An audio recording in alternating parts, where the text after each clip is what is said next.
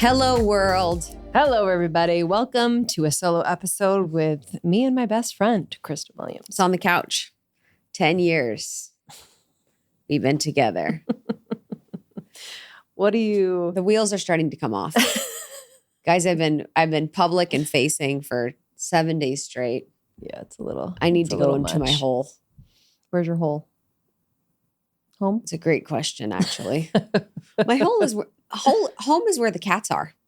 That's my merch. My hole is where the cats are. That's my merch brand. Home is where the cats are. Home is where the babies are. Home is where my little children are. I was just texting my cat sitter. This is so embarrassing. I have friends stay, or I have my PA stay. I was like, baby content, please. And she sent me baby content of the cats. There was only one cat in the picture. And she goes, this was last night. I go, oh, did she sleep with you? I was like, sometimes she claims people, so make sure you give Oogie equal love. Because the one that wasn't in the picture, I want to make sure that she's getting equal love. She didn't, I was trying to give Oogie love, but she's a little scared. And I gave her this whole strategy of getting Oogie equal love. But it's so funny. It's like, as a parent, you see one cat in the photo. I'm like, where's the other one? Of course. I'm like, the other one's not getting as much love. And then you want to control exactly what's for happening sure. there. And I'm like, let me walk you through the process of softening. Just a gentle suggestion. Yeah, of softening Oogie to your thing. Today we're going to be doing a solo episode. Just Lindsey and I. We're going to be doing Q&A from y'all. So we got some really, really good questions about spirituality, about personal growth. We love to do these Q&A style ones. We've done ones on relationship. We've done general life advice, and they're just so much fun. And we thought we would do some one on spirituality. Mm-hmm. You ready? Let her rip. Let her rip. I loved these, you guys. I absolutely freaking adored everything that you said. I've been feeling pulled toward a spiritual awakening, but it also is isolating. Do either of you experience loneliness? Did either of you experience loneliness during your awakening? How did you move through it? Yeah, absolutely. I think it's actually a marker of being in your spiritual awakening. Totally.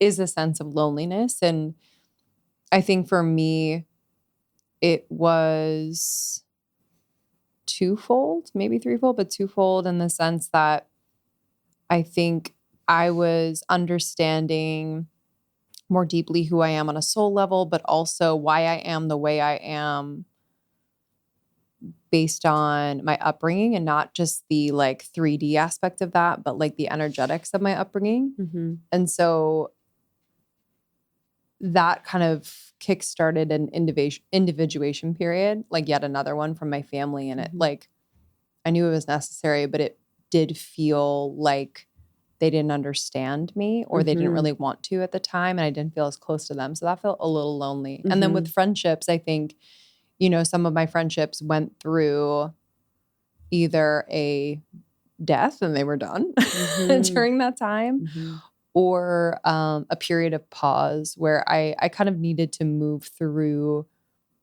some aspects of my awakening without the opinion of my best friend from home, or just the chirping of some people that felt the need to chirp. And I kind of had to draw that boundary. And although it was necessary, it was a new silence that at times when I thought about it enough made me feel lonely. Mm-hmm. Yeah. I think about the hero's journey, Joseph Campbell's hero's journey. And just sort of the mythic of the path of awakening. And a lot of it is loneliness. It's leaving your identity behind, old patterns, old stories, old relationships. You start to feel that rumbling and that call to adventure, to leave home, to become who you came here to be. So the loneliness is essential. Yeah. Because you're leaving, it's essential for you to become you and with yourself, to figure out who you are outside of all the external noise.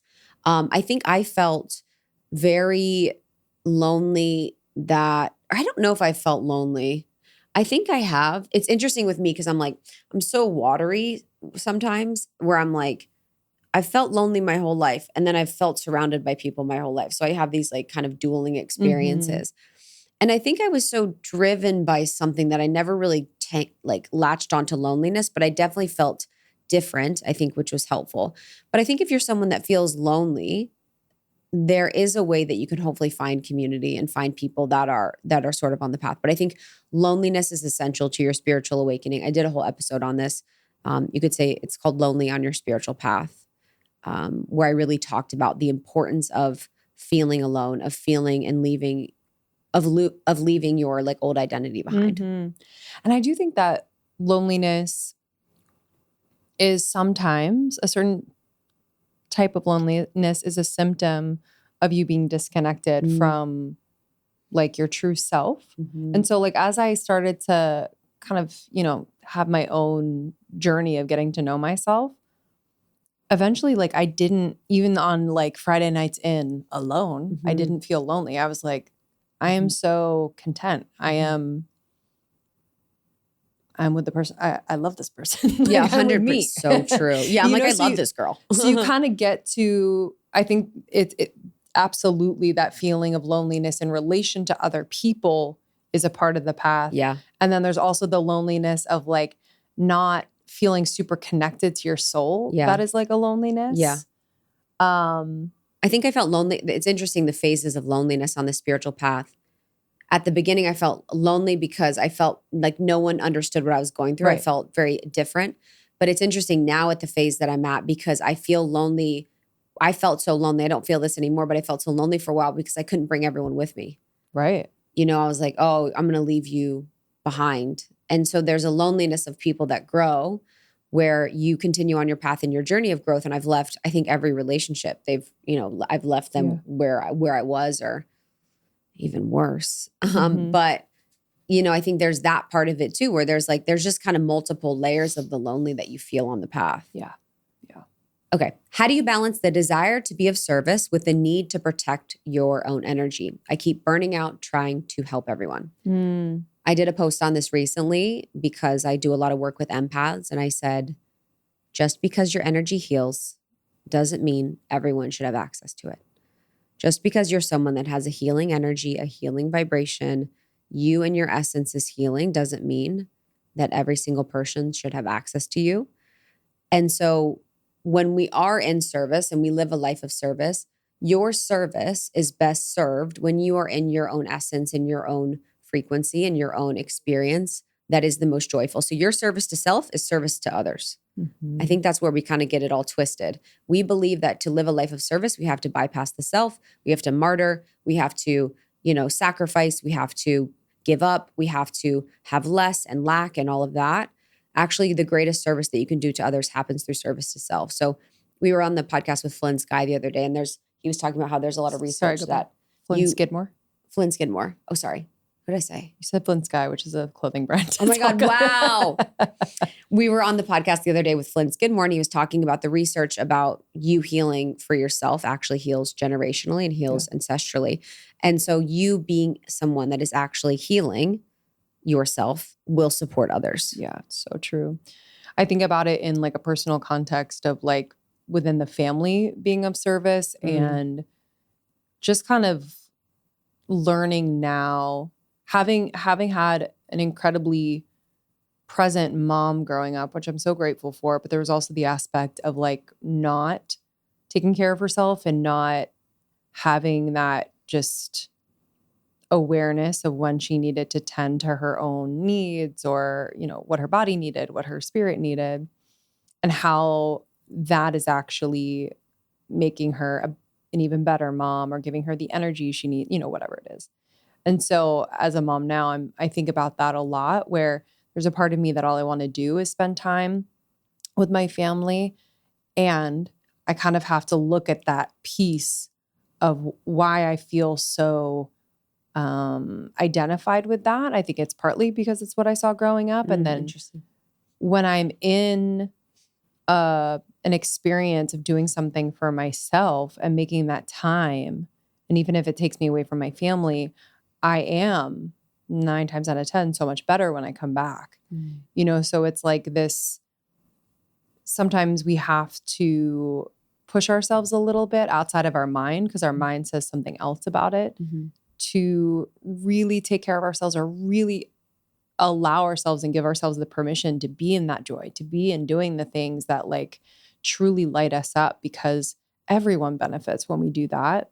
But it's not until you practice this and kind of push yourself to do it that you see the effects. Otherwise, you can just like think about it and be like, I'm probably best served just like being here and like being with them, doing all the things that they need me to do. But I've found that I kind of need to push myself a little bit and then feel what it feels like and then be like, oh, I want to feel it again. That's right. It's like proving to myself that you that's can what take needs care to of be yourself. done. Yeah, that's a good one. Also too, you know, from a parts perspective, if you are foregoing yourself to help others, you're actually doing it for yourself. Yes. Because you are doing it to be loved, Yes. to be proven worthy, to be proven valuable. You're actually not doing it for other people. So that has helped me so much to be like, actually, it's in service to my safety, my perceived worth, to bypass what feels good for me and serve other people. Yeah.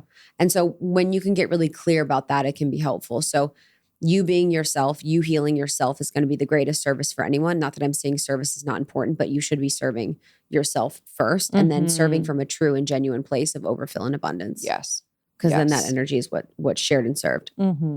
Sometimes I feel like I'm behind in my healing journey compared to others online. How do you stay grounded when comparison creeps into your growth? I'm curious because, you know, I'm getting curious about this question and foregoing judgment because what is being perceived about people's healing journey? Are you perceiving that they're more healed because they're doing more things and they're doing ayahuasca and they're doing courses and programs and they're like, what is the perception of being on a healing journey means that you're more healed? You know, I think so. I think that is, that would be accurate, where they're doing more of the things. And so therefore they must be farther along on their healing path. They must be more enlightened on their, you know. Yeah, I mean, that's the perception of the spiritual mountain, you know, believing that you could just heal enough to become to a place where you then love yourself, you then have wholeness, you then have enlightenment. And the most healing thing you can do is love yourself where you're at in the now moment. So this question is the work. Your perception that you're not somewhere is the work. Your belief and knowance that you are where you're meant to be is the most healing thing that you can do. Yeah, it's such a, I think, you know, we dog on social media sometimes, we praise it sometimes, but there is like such an opportunity when you have a moment like this to kind of like ask the question and reflect and kind of see it over here and like how you interact with it, not as like judgment or, oh, I don't want to do that anymore. It's like, oh, wow, this is how I am when I show up here, and what can I get curious about as far as what the root of that is. And I totally know that feeling. I feel like that I went through that especially in my late 20s when we were kind of starting this off and kind of kicking off our own spiritual awakenings, or at least mine. And I would catch myself all the time just feeling like I was behind or not doing enough, or, oh, I wanted to do that, or, you know, seeing people have all of these experiences and wondering if I was ever going to have those experiences. And it was just like such a experience of being so out here, you know, and not actually turning off the noise to like hear what my soul, like what she wanted to do on this path. Yeah. And once I was able to do that simply by like truly not looking at that stuff, it's that type of like very simple boundary of like, I'm not going to follow these people, or I'm going to mute everyone, or I'm going to set limits on my social media, that you can actually hear, you know, and see where you are called. And also to see what I realized about so much of my awakening it was in the mundane moments. Like I wasn't going to be hit over the head. Such a good one. You know, it's like that would have been cool and something cool to talk about on the podcast, but like it wasn't my journey thus far. That's a good one. So once I turned off that noise, I was actually able to be in my life and realize that in these very simple, mundane moments, I was having spiritual experiences. Like I was actually hearing the voice of my soul, and I was like, whoa. That's real. That's It's profound. interesting. I was thinking about this recently. Some of the most profound spiritual experiences I've never told anybody. It's a weird feeling. It's almost like a sense of peace and reverence Yes. and truth, so much so that I need not explain and I have no words. Totally. Like I just have so many things that I'm like, that's for me. That's not, I don't even want to talk about it. I just, yeah, it's very interesting. So even thinking about it from that perspective, like anything that's outside of you is, is ego, but also it's like, I love that point of like listening to your soul and whatever path that you're meant to be on, maybe muting people on social media, maybe unfollowing people on social media that make you feel that way, if that's helpful on your path. And also just seeing yourself, maybe this is a little part of you that's trying to keep you small and self-sabotage. That's like, oh, they're ahead of me. I'm never going to get there. Right. Like watch the self-sabotage, part. That's like trying to keep you small, trying to keep you safe because she's scared of where you're going to go. Totally. I want to deepen my intuition, but I second guess myself constantly. What helped you build trust with your inner voice? I think when I followed her through, I've had a really beautiful relationship with my inner voice my whole life that I now see very clearly, that I didn't see when I was kind of in my life. Like now I can kind of see the voice. And now it's helpful in my spiritual practice. I can see my intuition, I can see God, and I can see like my guide. So I'm kind of have like a deeper relationship with that. And that's something you cultivate. I think what I didn't understand about spirituality is so much of the spiritual masters and teachers were gifted things. Of course, they grew up, being able to see things or auras or colors, but a lot of it is through cultivation, through like attentional awareness of something and then cultivating a relationship with your intuition. And your intuition's the same. I mean, for many people in their lives, they've been incentivized to not listen to their intuition. For most of their life, we were living lives that didn't feel aligned to who we truly came here to be. And so our job is really recultivating that relationship with it in life. And I feel like the more I've been able to listen, and now it's interesting because the relationship I have with my intuition, I have a deep relationship, but I'm also in conversation with her. It's not like I'm listening and doing everything. I'm like, okay, I hear you. This is where I'm at. This is where my fear is. Like I actually started to engage in a dialogue with my intuition a little bit because I'll hear things and that can help you, especially if you're afraid to listen. So instead of feeling like your intuition hits, you need to listen right away and take action. Maybe your path is intuition hits. I'm going to engage with that. I'm going to engage with that in a dialogue. Hey, you're telling me to quit my job. Okay. I'm hearing you. I'm really scared. What happens if this, what does that look like? Okay. What would it feel like if we followed the path? And just acknowledging it as an intuitive hit, I think is a really powerful path.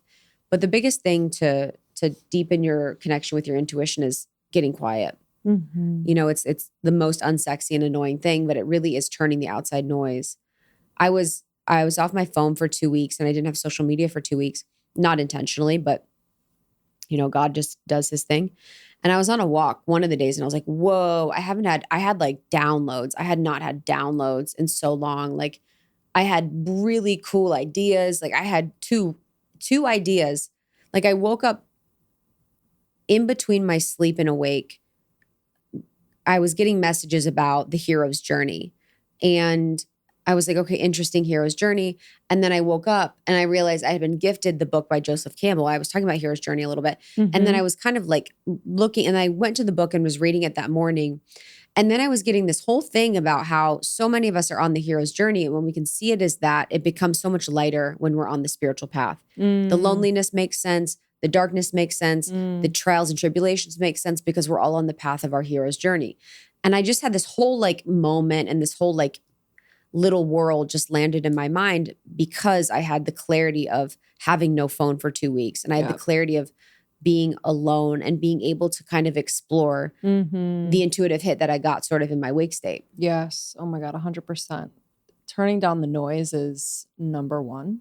And the noise looks different for different people. I think definitely looking to your phone, social media, obviously, but maybe you like always go to your group chat and you ask questions. It's like kind of looking to the places that you wouldn't expect to be kind of like your daily noise. I think for me, it was important to understand how my inner voice, how I best received guidance from my inner voice. So meaning for me, it's actually really helpful to write, kind of have that like soul journaling moment, which Love we it. talk about in the book. Because, and this was good for me in the beginning because I would doubt when I would feel or hear things. I'd be like, I don't know what that is. And I don't trust that, or I don't believe that that was my inner voice. I just doubted it. So it was actually really helpful to put it on paper and feel the resonance of my inner voice. And then I think for me, it was kind of this like body experience my inner voice would communicate through. And sometimes it's clear as day, but most times it's like through a body experience, and then I have to inquire about more what that is. And so that's when the conversation starts. So I would recommend just kind of experimenting, maybe starting with journaling, maybe starting with being in meditation, and maybe you ask out loud. Maybe you're on a walk and you're just talking out loud. Maybe you're in nature and you're just listening, like just seeing how you at this stage in your life or this stage of your spiritual journey, like feel most connected to your inner voice. So it could be in different forms or different mediums. I was talking to a client a bit ago and she was like, I want to connect with my intuition more, da, da, da, da. And there's a part of us too that thinks our intuition can like make us more money and it can. So there's sometimes like the ego will sort of use the intuition and the desire to connect with the intuition. Interesting. To get an outcome. Yeah. Where like now in the spirituality space, if you're more connected to your intuition, you might have a business idea. You might like, now our ego is like using the intuition for like money making and consumerism. Yeah. And so it's like also knowing that like, even with my hero's journey idea with my intuition, it's like, I'm going to have fun. I'm going to learn. Yeah. I just feel inspired. I feel excited. Sometimes it maybe leads to something that I do a podcast about or whatever, but it doesn't always mean that you're going to like, your intuition is like, here's $1 million business idea or whatever. It's like sometimes very gentle and sometimes very random and sometimes just all in the intention of you living well and being happy. Yes, completely. Last thing I'll say about it is that you can have moments of like low stakes inner voice moments that can be fun to just experiment with. And an example of that could be walking down the street and your inner voice says, let's take a left here. I know you've never gone this way, but just take a left. And so these low stakes moments where it's like totally fine, you'll get to your destination on time, but maybe you run into someone you haven't seen in forever, or maybe you see a storefront with a name that reminds you of your grandfather. And, like that's kind of a fun way to take a ride with your inner voice and a very low stakes moment, not anything to overanalyze, but just kind of making that available where you're like, I'm down to kind of like ride with you today. So let me know if, let me know if anything comes through. Yeah. I love that. Where can I think I go? That's beautiful. It's like just being like, hey, I'm available for connection with you today. Let's see where this goes. Yeah.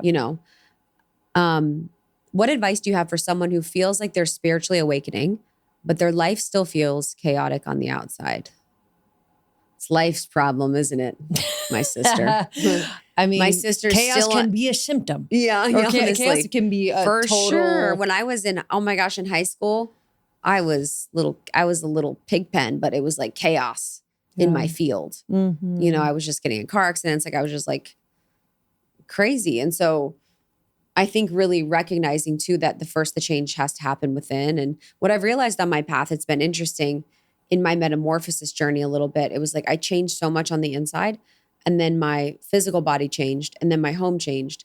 And now the furthest vibrational resonant field will be my career and like my identity and all that. So it's like actually from like a vibratory level, what is closest to you is your internal state. And then that impacts you physically, and that impacts your life, your relationships, and your experience outside. So there's no doubt in my mind that if you are truly on your awakening path of peace and of growth and of intention, that your world will not change. And I think what the world is, or what the universe is doing, is testing you as well. Like, okay, so, there's a belief that you're spiritually awakening, or you're having the spiritual experience. Here's a perfect opportunity to prove it. Because the chaos won't go like you're going to encounter chaos, you're going to encounter challenge, or, it could, but I found that sense of peace within me, it's like I experienced those things totally differently. Yeah, agreed. It could happen over and over. I'd be like, oh, this is a completely different experience. Like it's also what channel you're attuned to. I'm not attuned to chaos. I have no chaos in my life, like at all. But it's like in years ago, I'd look at my life and be like, that's insane. Yeah. Chaos, craze, like travel, businesses, online, relationships, family, friends, like there's a whole thing that's going on, but it's like, I'm just not tuned into that belief or that experience at all. Like everything is working like a musical. But even when things do feel a little chaotic, like I feel like you have, I guess, how would you describe the relationship to those moments now? Like say, when you're traveling and something doesn't go according to plan, or like, just. I had that recently actually with travel. I forget where I was. Oh, I was on a trip.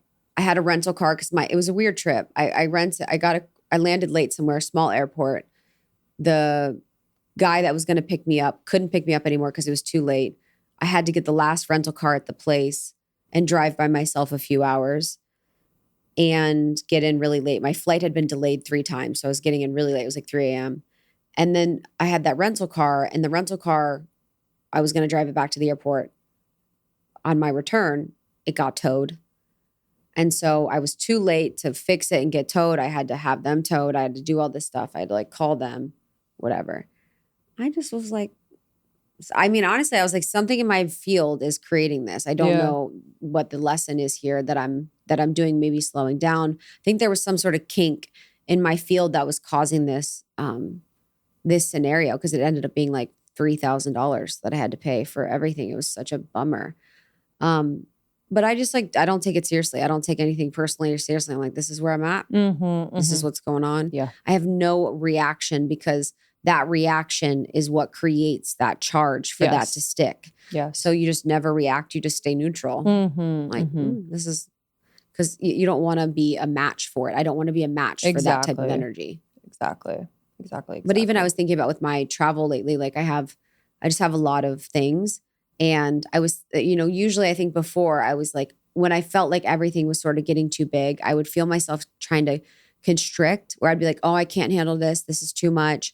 There's too much happening. There's too much going on. I'm going to get tired. I want to go home. And I was just kind of feeling myself constrict. And I was like, I don't want to do that anymore. I want to expand my capacity for whatever's possible for me, for the abundance, for all the good, because I have a lot of really good things happening in my life. So I was like, I actually want to release the desire to constrict, release the desire to hold back, release the desire to feel like I'm going to predict that I'm tired or not. Like this is actually where I'm at, and this is what's happening. And I just want to allow the flow of energy in whatever way. Yes. So powerful. Yeah. To have I'm that, also microdosing. So you're I don't there. know where I'm going right now.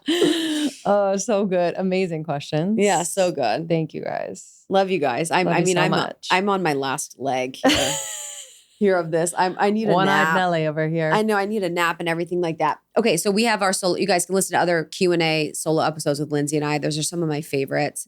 Just really good. We have juicy dating ones. We have life advice ones that are super fun. And then I do solo episodes. Lindsey does as well. We have 800 plus episodes of Almost 30 you can listen to on topics that you know and love. We have our second show, Morning Microdose, which is incredible. It is such a great, great way to start your day. It is ad-free just for you guys. We do it truly for you. Almost30.com. You can read more about the show, get our partner information, check out our book, Almost 30, which came out in June and has been one of the best things that Almost 30 has ever done. It is such a profound read if you are in transition with your life right now. And you can find me on Instagram at It's Krista. And I'm at Lindsey Simsek. We love you guys. We love you guys. We'll see you soon. See ya. Bye.